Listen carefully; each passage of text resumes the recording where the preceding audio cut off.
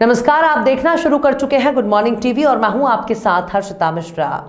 पत्नी ने ही मृतक के जीजा से ही अपने पति की हत्या करवाई और लाश को घर से कुछ दूर दो रिश्तेदारों की मदद से फेंक दिया। मध्य प्रदेश के बैतूल में रेलवे कर्मी के अंधे कत्ल की गुत्थी को तो पुलिस ने सुलझा लिया, लेकिन हत्या करने के पीछे की वजह चौंकाने वाली है। हत्या के बाद आरोपी पत्नी सुबह ड्रामा करते हुए खुद ही पति को अस्पताल लेकर पहुंची थी। पुलिस ने पत्नी सहित चारों आरोपियों को गिरफ्तार कर लिया है। पुलिस के अनुसार गोविंद कॉलोनी आलमा निवासी 33 साल की संगीता पति युवराज परिहार ने पुलिस को सूचना दी थी कि उसका पति युवराज ड्यूटी से आने के बाद घर आकर कहीं गया है, फिर वापस नहीं लौटा। दूसरे दिन उसकी लाश घर के पास ही पड़ी मिली थी। जांच में पता चला कि युवराज की हत्या की गई है। मामले में पत्नी संगीता, मृतक युवराज का रिश्ता का जीजा मनोहर और 2 अन्य को पुलिस ने गिरफ्तार कर लिया है। पत्नी ने भाई को रस्सी देकर अपनी आंखों के सामने उसका गला घुटवाया था। पीएम में युवराज की हत्या का पता चलते ही एसडीओपी मुल्ताई नम्रता सोंधिया ने एक टीम बनाई। जांच में पता चला कि गले के अलावा कहीं पर भी चोट के निशान नहीं है। लाश भी घर से 15 से 20 मीटर की दूरी पर पड़ी मिली थी। युवराज की 11 दिसंबर 2021 को आमला कोर्ट में चेक बाउंस को लेकर पेशी थी। इसी मामले में राजीनामा के लिए मृतक की मां चुनिया बाई ने अपने रिश्तेदार कैलाश देशमुख और मनोहर कालभाउर को रुपए लेकर घर बुलवाया था। कैलाश तो काम होने पर गांव लौट आया, लेकिन मनोहर वहीं रुक गया। पुलिस ने मनोहर से पूछताछ की तो वो टूट गया। उसने बताया कि वारदात वाले दिन शाम करीब 6:30 बजे युवराज तिकाव से आमला जनपद चौक आया था। यहाँ गोविंद कॉलोनी से मैंने उसे अपनी गाड़ी में बिठा लिया। युवराज के पास शराब थी जिसे दोनों के साथ पी और घर आ गए। घर पर युवराज का पत्नी संगीता से किसी बात को लेकर विवाद हुआ तो पति ने उसे जूता फेंक कर मार दिया। इसके बाद गला दबाया तो मनोहर ने बीच बचाव किया। इस पर युवराज ने मनोहर को भी गालियां देना शुरू कर दिया। इस पर गुस्सा मनोहर ने युवराज को पटक दिया। संगीता ने युवराज का हाथ पटकते हुए एक रस्सी मनोहर को दे दी। मनोहर ने उसी रस्सी से युवराज का गला घोट दिया। युवराज की मौत के बाद मनोहर कॉल कर आने साड़ू भाई के बेटे शेखर देशमुख को बुलाया। वो अपने दोस्त आशीष पवार के साथ पोहर से बाइक से मौके पर पहुंचा। उन्होंने मिलकर लाश को घर से कुछ दूर बबूल के पेड़ के नीचे फेंक दिया। इसके बाद तीनों गांव लौट गए। पत्नी ने रस्सी अलमारी में छिपा दी। अगले दिन लाश देखकर ड्रामा किया और मृत पति को अस्पताल लेकर पहुंची। उसी ने पति की भी रिपोर्ट दर्ज कराई।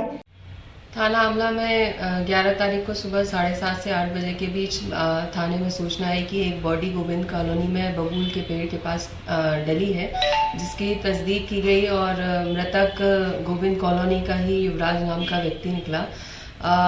परिजनों ने उस पर शंका जाहिर की और डॉक्टर से पीएम कराने पर भी उसकी मृत्यु डॉक्टर ने गला दबाने से लेख की। तुरंत ही श्रीमान पुलिस अधीक्षक महोदय और अतिरिक्त पुलिस अधीक्षक महोदय के निर्देशन में एक टीम का गठन किया गया और तुरंत ही जब जांच की गई तो जांच में ये तथ्य सामने आए कि जो मृतक था उसके ऊपर काफ़ी कर्जा था और उसका 11 तारीख को एक 138 का वारंट भी तामील था, जिसमें उसके समझौता के आधार पर कुछ राशि उसको इकट्ठी करनी थी। तो उसकी मां ने वो राशि अपने रिश्तेदारों से बुलवाई थी, जिसमें उसके मौसा और कुछ और रिश्तेदार पैसा लेकर आए थे।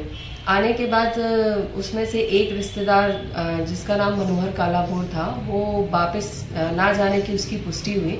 इस आधार पर जब पुलिस ने उससे हिकमत अमली से पूछताछ की तो उसने घटना स्वीकार की और उसने पूर्ण घटना ये बताई कि वह शाम को मृतक के साथ अपने घर आया था और घर आने के बाद उसने दोनों ने ही शराब पी थी। शराब पीने के बाद जब मृतक घर आया, घर में उसने अपनी पत्नी और बच्चों के साथ वो गाली गलौज मारपीट करने लगा।